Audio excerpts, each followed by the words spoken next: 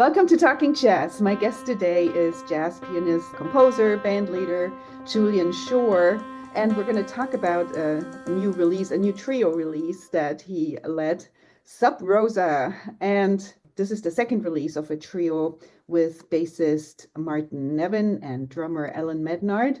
Welcome, Julian. It's my pleasure to be here. Great to have you. Maybe it would be great if you could just share from your perspective a synopsis of where you're from, how you got bit by the jazz bug, and how you got to do what you do. I'm from Rhode Island, so one of the few, I guess, jazz musicians from Rhode Island.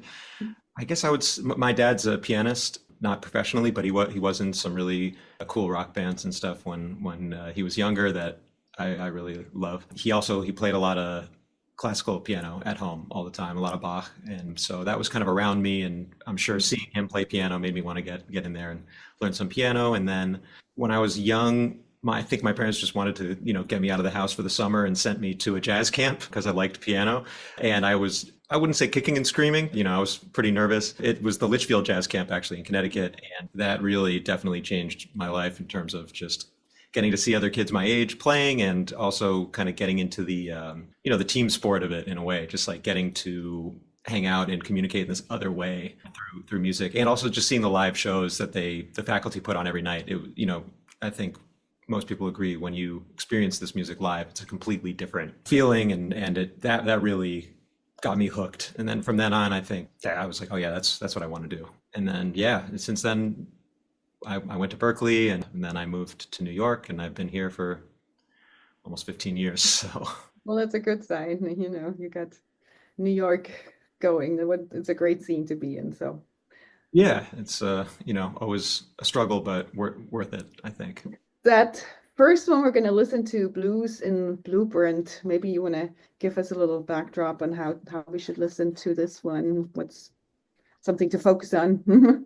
That's funny. So I kind of my mom's an artist, a visual artist. She's an abstract artist. And we talk a lot about abstraction and like what it means to experience abstract art, whether that's jazz or poetry or, whatever your abstract poison of choice is. It's a funny thing to say, like how to listen to something, right? It's an interesting thing to talk about abstract art. So I guess I would just say that it's a blues by Duke Ellington from Blues in Orbit, and kind of a lesser known record I'm finding, I think, and it's a really great one. And that blues is really gorgeously orchestrated in the winds, and it's got this really amazing vibe to it. There's like not really any soloing or anything. It's more just like this little set piece. It's like a bolero blues in a way or something like that, where it's just all about the vibe. So I thought it might be fun to try to translate that to piano and then mess it all up with some soloing. Very cool. And there's hundreds or thousands of pieces of Duke Ellington's that we don't even know and that were not discovered. John Hassey was sharing how he has pages and pages of manuscript that nobody knows how this sounds like. So thanks for introducing another one to the panel here. So let's have a listen. Blues in Blueprints. This is from the new release, Sub Rosa, by my guest today, pianist Julian Shore.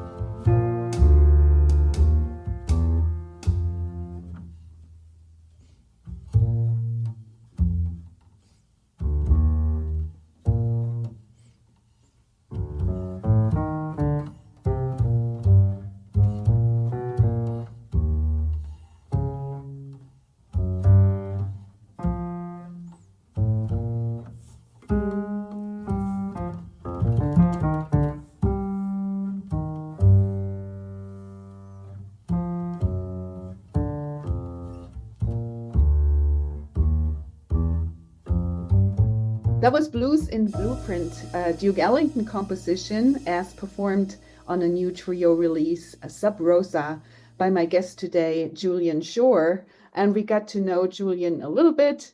You started talking about the abstract art. You also mentioned Wayne Shorter in your studies, how all of you are in some way connected, longer and shorter. What are some conceptual things from Wayne Shorter that you're bringing into this trio setting? I'm curious.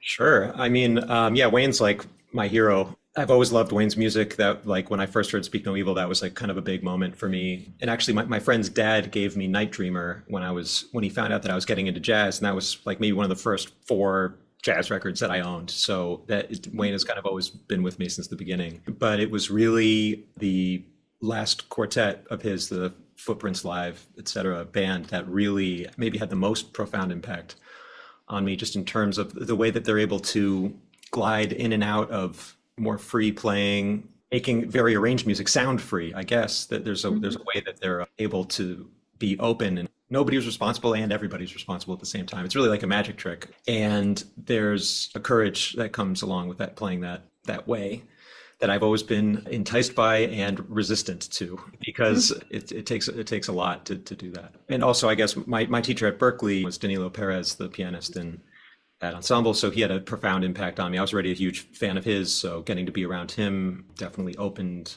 my eyes, gave me some of that courage to try this stuff. I don't know if that's really represented all that much on this record, but I try to when we're playing live anyway to go without the net. Yeah, I guess in terms of like abstraction or creativity, I guess in general, like the way that Wayne communicated was abstract in many ways. With the few times I got to chat with him, and he kind of, I don't want to say he spoke in riddles, but there's like a koan-esque way that he would give advice. One of my favorites when I was asking him about creativity and originality and sort of how we can be creative, how we can be an original in this day and age, as there's just more and more music and you know, we're exposed to so much music. Everything is so readily available. Like, how do you pursue originality and creativity? And his answer took me kind of a while to figure out, but he said, well, look, Zorro was an original and he saved the town and he saved the townspeople, but so was Frankenstein. So was Dr. Frankenstein.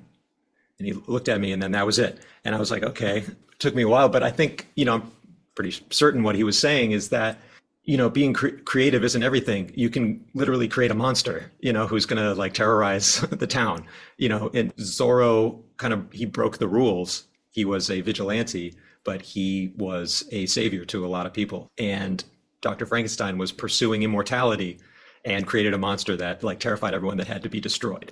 So you know, for me, I think he's kind of saying creativity isn't everything. You know, it's more just about the process and your own personal values and just kind of following that. And you can either save the town or you can create a monster or whatever. But that's one that's really stuck with me for a while. So that's the kind of abstract. Yeah, I have to sit on that one for a little bit too. I know. But yeah, I mean, so true. Even the glimpses that we got, you know, looking at the documentary on how he talked in images and visions and made you think. Creativity is a process. You can create a lot of things, but the way you shape it, I guess, is what makes the results. Yeah, it's the person behind it, you know, it's not really what you create always necessarily too. It's the person that's creating it, I think, is really important too. And the goals, like, are you trying to create something to help, whatever that means to you, you know, in his mission, and Danilo and John and Brian, they're very dedicated to trying to use this music for good, you know, and not always, you know, it's not really for personal gain. You know, they're very giving people, you know, both musically and as people. So you can feel that in the music too, you know, I think. Well, let's talk about that next selection that we're going to listen to. So Brian Wilson. Yeah. Don't talk. So here is another, how do you package that and right. Very creative mind. Yeah, that's a great point. Yeah, this one's maybe a little more simple, but it's a beautiful song. It's one that I've always loved. I also like, part of the kind of through line with this record is that I just love abstraction, and I don't always love concept, and I sometimes just like the music to speak for itself. So I found a song that is called Don't Talk, appropriate for the record as well as being one of my favorite songs. And it's one that I've been playing for years. It's something about not having to use your words, but don't talk, put your head on my shoulder. That little movement can say a lot more than words ever would. And I think that's part of why this music is what it is, those little moments. So yeah, that's why I chose this one. Absolutely. That's always my fascination too, with the way that what you can say without using any words. It goes way beyond. Totally. So let's have a listen. This is Brian Wilson's Don't Talk, as interpreted and presented on the album Sub Rosa, led by my guest today on piano, Julian Shore.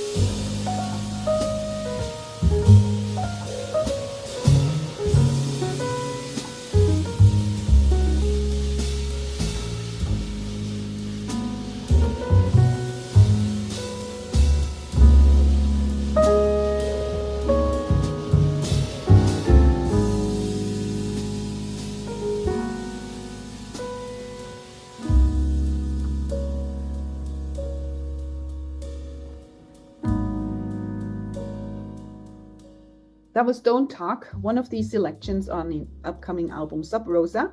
And I'm talking to pianist Julian Shore. We talked quite a bit about Wayne Shorter and his inspiration. Messenger, I think I understand that right, that there's a little bit of Art Blakey's jazz messengers in there too. I was just curious how you work with the trio, if you workshop the tunes or if you just bring and say, do this, or what's the process here? Yeah, that's a great question. I think, obviously a lot of trios work in different ways. Sure, the music that I've heard from you is mostly large ensemble on the last few, but I'm sure you've worked in piano trio a lot. I have a very open dialogue with Martin and Alan. They give me a lot of help with, I tend to bring sketches. We are pretty loose about how we perform them. It's always a different thing live than recording. I don't know why I tend to box things in. I don't know if you feel the same way. Yeah, well, there's always something. You're allowing yourself so much more risks when you're live than when you're in the studio. You say, no, we're only going to play this 4 times. Right. Yeah. Hopefully one day I can capture that in the studio. We talk, we dialogue. Maybe this section doesn't work. The solo section actually ended up being, I think it was Martin who had the idea of kind of toggling back and forth between these little miniature sections rather than trying to blow over the form or anything like that. And it really opened things up once we did that, and it created a nice vehicle for kind of tension and release. I don't know. This song I wrote. I tried to write it on the subway ride to a rehearsal, and that was sort of the goal, was to just see if I can just get something out really fast, because I had been so in my head and having writer's block and trying everything. So I was like, all right, let me try this one and just see if I can write a quick little song on the subway. And then the three of us got together, kind of workshopped it, and then this came out of it, and it ended up being recorded. So maybe that's a lesson there a little bit. Right. Just go for it, move. Yeah, the courage thing. Yeah. Have the courage. Is there some connection with jazz messengers, or is it... I mean, it was just that there's something about it that kind of reminded me of, like, maybe, I don't know, there was something that felt like a Messengers era song to me a little bit. So, and it was also kind of like, I guess an homage to that band, because I love them very much. And there's a little moving harmony part at one point that really reminded me, like, I kind of heard maybe Curtis Fuller and Wayne or Freddie or someone kind of, I could hear those horns, those iconic horns kind of going back and forth on it, a little moving 2-part harmony thing. And it reminded me of one of those Messengers tunes. Gotcha. Very cool. All right, so here's Messenger. This is another selection from the release Sub Rosa by my guest today, Julian Shore.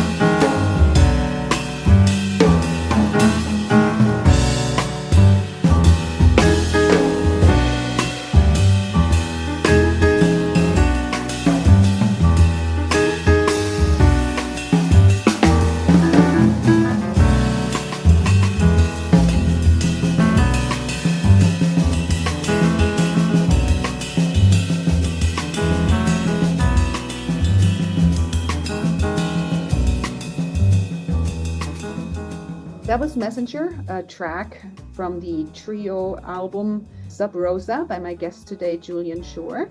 We got to talk a lot about the music, about your background.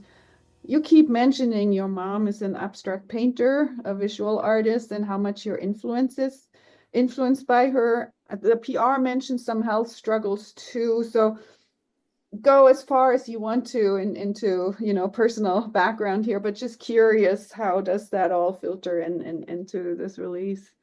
Totally. Yeah. I guess I should also, before I forget, say my mom's name in case anyone wants to see her beautiful artwork. Her name is Tayo Heuser, Tayo. Yeah, she's a brilliant, brilliant artist, painter.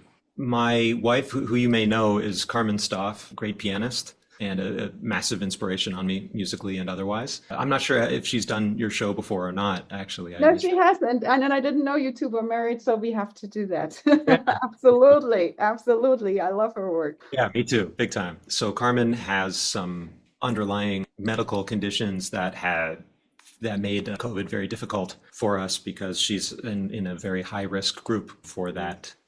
And still is. That's the thing. It never went away. And for most people, many have been able to move on from it. But for us, it's kind of just an ever-present kind of struggle with it. So there's been a lot of feeling left behind and having to kind of maintain some precautions that others don't have to worry about and things like that. So it's a challenge, and kind of a constant worry, but we're getting better at it. Now the weather's getting warmer and we can be outside and have less worries about that. And she's the strongest person I know. She's still touring like crazy with Dee Dee and all these other great artists all the time. And she finds a way to make it work. But, there's a lot of photos and videos of us performing in masks because oftentimes we still kind of have to for health reasons. Yeah, I guess in terms of this song, I kind of wrote this about that feeling of just having to just keep going. There's kind of this feeling we have together, kind of to just be together and push through no matter how long it takes, or even if there's not an end in sight,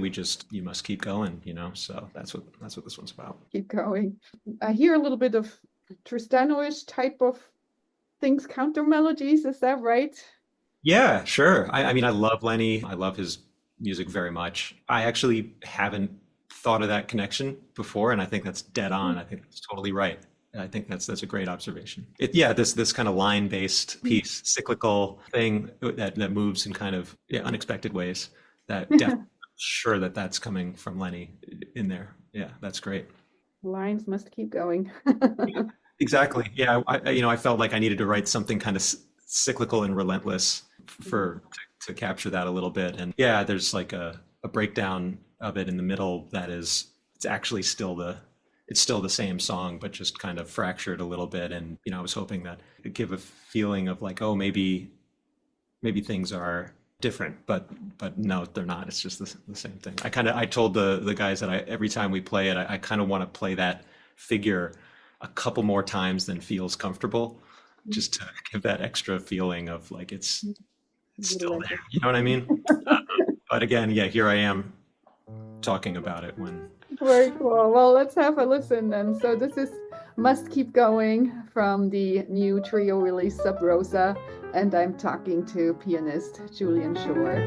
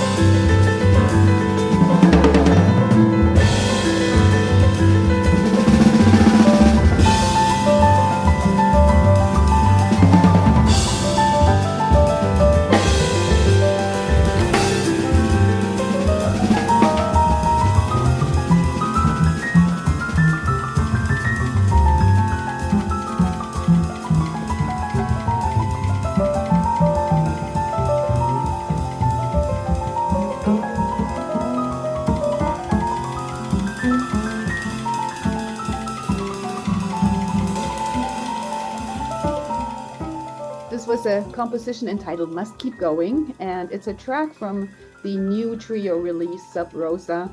I'm talking to the leader, pianist Julian Shore, and yeah, I didn't realize. I always wonder about two piano households like Rini and how you practice if you like listen to each other and compare. How do Good you do question. it? Yeah. It's tricky, you know. We're always trying to navigate that. I'm not very self-conscious about practicing, but I think the two of us are always trying to navigate ways to like, oh, are you going to be you're going to be at a rehearsal for a while? Okay, and then it's like hop on the piano when no one's around, and try to get our time in when we can when no one's listening. Because yeah, there's something about feeling pretty exposed in front of Carmen's an incredible pianist. It's not always easy to practice when she's listening, for sure. Right, right. Yeah. At least my husband is a guitarist, but still, when I practice and I know he's back there, I'm always like, what's he gonna think? Sure. Right? Yeah, it's hard to feel like I think to practice effectively, you kind of need that safety, and to be able to be relaxed and actually work on the things that you're most like concerned about. That's the Right. stuff. The things that Maybe, sound worst. yeah, exactly. Maybe I'll save that stuff for when she's not around, and maybe I'll practice some things that I feel a little better about when she can hear me. So, I mean, you've been playing with everybody, and even in your PR, it says, that you've made it to be one of the most sought after pianists at this point. John That's Patitucci, Gretchen Paletto, George Gazzoni. Well, I know they have to list that in the PR. So, okay, so let's do some dreaming. So, who are the ones you still want to play with? Oh man, people, that's a long list. That's a Sure. long list. Yeah. All right, let's God. pick out of the few favorites. That would be Oh, boy. top of the bucket list. I would love to play with Jack DeJohnette, Bill Frisell. Bill Frisell's always been a huge hero of mine. We're talking about living musicians, right? You still have to play with them. I guess it wouldn't be a Yeah. playback. Oh, yeah, maybe I can play with. No, I mean, there's so many. I would love to like maybe play two pianos with. That's something that I've Now you been have to wanting. say Carmen. Obviously, but we get to do that pretty often. Oh, So, okay. but you're that's always the thing. I guess I don't know. Maybe George Cables. I would really love to perform with someone like that. Someone who's like a big hero and also an influence. I've been fortunate to play with a lot of really great musicians. So, I mean, I don't know. It's like I'm trying to like rack my brain for like that last, someone I'd love to play with who I guess I mean I did when I was really young, but it was just it wasn't like a serious playing. I'd love to have like a real concert with Esperanza. The way that she's developed over the years is, I mean, remarkable. She's such an amazing musician, and that's someone that I would love to work with at some point. That's a good one. So, I mean, it always says the most in-demand musicians. What do you think makes somebody the most or in-demand musicians? What are some traits that make you in demand? These bios and press releases, they always inflate us so much. Yeah, it's hard to talk about ourselves too. I don't know. I guess flexibility maybe and personality, those two things. If you can have both of those, then that's probably a good recipe. I try to I'm trying to analyze the list of the people I just said. Like, why do I want to play with them? Maybe, yeah, someone like Frizzell, I think is like, he has such a very personal approach that's very identifiable, but yet he seems to be able to sit in almost any musical setting and both be himself and fit the setting very well. So to me, that's like, or yeah, like, we were talking about Wayne or Herbie, something, like, Herbie's one of my gods for sure, and he is like a chameleon, no pun intended. He really. There's never a setting that I've heard Herbie in where it hasn't been like the perfect thing to play, and whether that's like playing with the Ravel concerto and improvising with an orchestra, or it's like playing the Joni Mitchell record, like the most beautiful comping I've ever heard. That's so adventurous and personal, but still totally serving a very simple like pop-oriented or folk-oriented piece, So I guess that's the stuff that I value and work on a lot. Like I get sometimes called to do a lot of Brazilian music. It wasn't something that I really practiced a lot, but there was, I guess, for some reason, I started getting called a lot to do all these different groups with these great Brazilian artists who I really love. And I love Brazilian music, but it wasn't something that I felt like I was qualified at all to do. And I kept trying to say, like, guys, I don't really know what I'm doing. But I've learned as I've gone, obviously that's a great way to learn. But I think maybe that I've always kind of deep down kind of felt that that's kind of neat, because it meant that they didn't care that I wasn't like a master of this long, beautiful tradition, just that I could find a way to fit in, and they liked the way that I fit into it, even if it wasn't the traditional way at first. So that makes me think that maybe I'm doing something right. I don't know, like if that makes sense. Makes a lot of sense. And I think exactly what you just said and the way you said it, I mean, that exemplified it, just being humble and, open to learn. That makes a great person to work with. Yeah, you're right. Yeah, I'm curious. I mean, what do you think? What would you say Well, makes some? no, I was listening to, I mean, that humbleness, or, when people come into my groups and they're just looking for how can I do whatever's in the music. It's not about, showcasing me and how great I can do the specific things, or just being a part of the ensemble and serving the music. And that's a skill, and not everybody can do that. Like my biggest probably teacher jazz role model, whatever, was Hal Crook, the Mhm. great jazz educator at Berkeley, and he's from my hometown, or he lived in my hometown, so I got to meet him when I was in high school. And one of the things that he always said was like kind of his mantra that he would always tell us when we were in his ensembles would be to like kind of take a step back, listen to what's happening around you, and think, what does the music need right Mhm. now? Not good, to be great. And sometimes what it needs is for you to not play at all, like, or whatever it is, but to just try to step back and always keep that message in your head. Like, what does the music need? Not what do I want to do? What do I think the music should do? That's Mhm. irrelevant, So that's something I think that was ingrained pretty Mhm. at a young age, Now we have the source. All Yeah. right, it was a dream. Oh What should yeah. you know about this one? Yeah, this one is kind of weird. I had I'm wondering. I'm pretty sure it was what's called a derealization, which is something that also my wife has had, and apparently it's a fairly common phenomenon, which is kind of scary, I guess. But it is a feeling of all of a sudden you're unaware of what is real and what isn't. You kind of feel like you almost like an out of body experience in a way, or something where it's like it's actually pretty disturbing. It's like you cannot tell if you're either awake or asleep, or yeah, it's a hard to describe thing, but you can look it up. It's a strange phenomenon. But Mhm. I had this extremely vivid dream. I felt like I was a completely other person basically, and it felt very long. And then when I woke up for a good 24 hours, I was really disoriented, and I just didn't know what was real, like if the dream was real or what. It took me like a good day or two to like, I couldn't leave the house. I was just like, it was really like very strange sensation. So that the next day I wrote about that and what it felt, because also the where I was in the dream or who I was, it's hazy now, but there was a feeling of that things were right, that everything was like as it was supposed to be, I guess. Even though I don't really remember what it was, but there was this overwhelming feeling of correctness, I guess. And so when I was back in the real world, which I mean, I'm very blessed person with my life and everything, but just this overwhelming feeling of like, no, that was the right place for me, and now I'm in this Oh, place that I've been all along, but it didn't feel like home anymore. It was very strange. It's hard for me to describe, but anyway, that's what I wrote the piece about. well, let's see where it leads us when when we listen to it and see what the correct world of Julian Shore is that you're supposed to be in or not. So this is a composition entitled "It Was a Dream" from the new trio release Sub Rosa by my guest today, Julian Shore.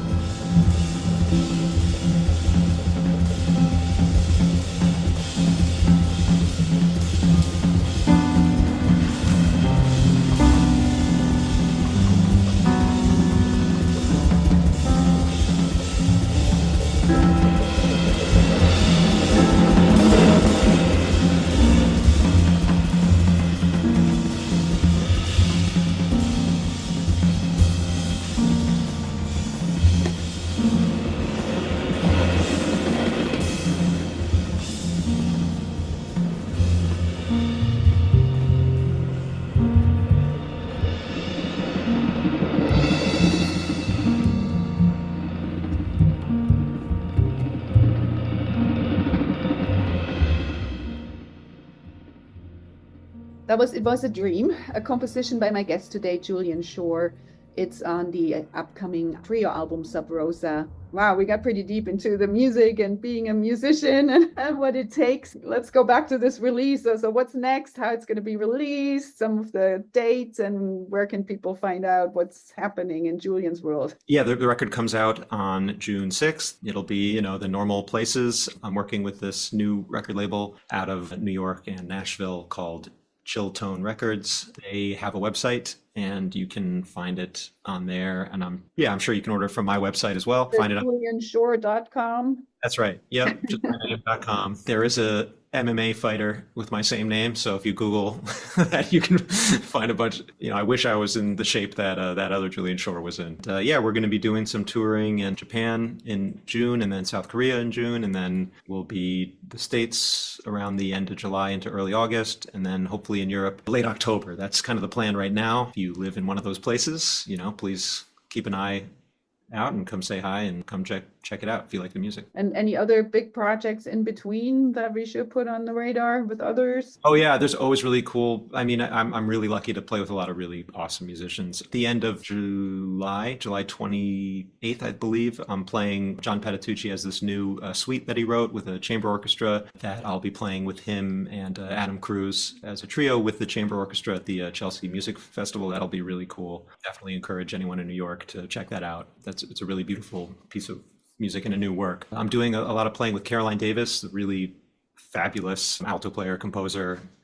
I'm sure you're aware of Caroline. So we're doing a bunch of stuff this year. She put out a really lovely record earlier this year that I'm really proud to play a very small part of. But I've been in her band for about 10 years, and I just love her music very much. I think with guitarist Max Light, one of my favorite young artists, this is like starting to get into this weird territory where I'm like the oldest musician in the band. New territory for me, but his band is incredible. He put out a really great record that I was lucky to be on, and we've been playing a lot, and that's the cool stuff coming up, I guess, in the next couple months. Yeah, there is a very fun talking jazz show with Caroline where she talks about great. So one to check out. So Mission, last big words on how to dive into. How should we tune our ears for this one? Yeah, we've done a lot of Wayne talk, actually, this interview. When he passed away, it was a big thing for me, I think, as well as many other musicians, but especially because he was probably my biggest musical hero, like I said, from one of the first records I ever had. So he's been there from the beginning, sort of in my life. I was struck by what was reportedly one of the last things he said, which was that he was excited to get a new body and continue the mission. Loved that a lot. Made me feel sad and happy, and everything in there all at once. So yeah, I guess this is like just a little homage to him in some way, and it's just the mission, So yeah, let's nod our head to one of the greats, Wayne Shorter, with this one. What a great way to end to. We all have the mission, and hopefully it'll continue for a long time. So thank you, Julian, for sharing with us today. That was super special. Thanks so much for having me. I really appreciate it. It's great to talk to you. Good luck with everything, and we'll be looking for the concert dates and for the album. And this is entitled Sub Rosa. Chill Records, you said, right? Chill Tone. Chill Tone Records. On Chill Tone Records, coming out this June, featuring also bassist Martin Nevin and drummer Alan Mednard. And we're going to listen to one last one. This is Mission.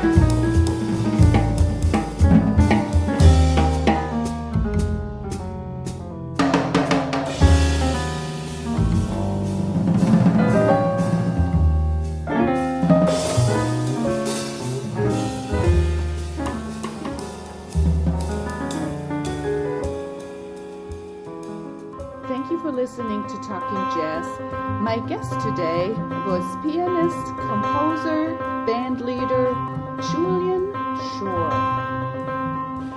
You can hear Talking Jazz every Thursday at 11 a.m. and Mondays at 7 p.m.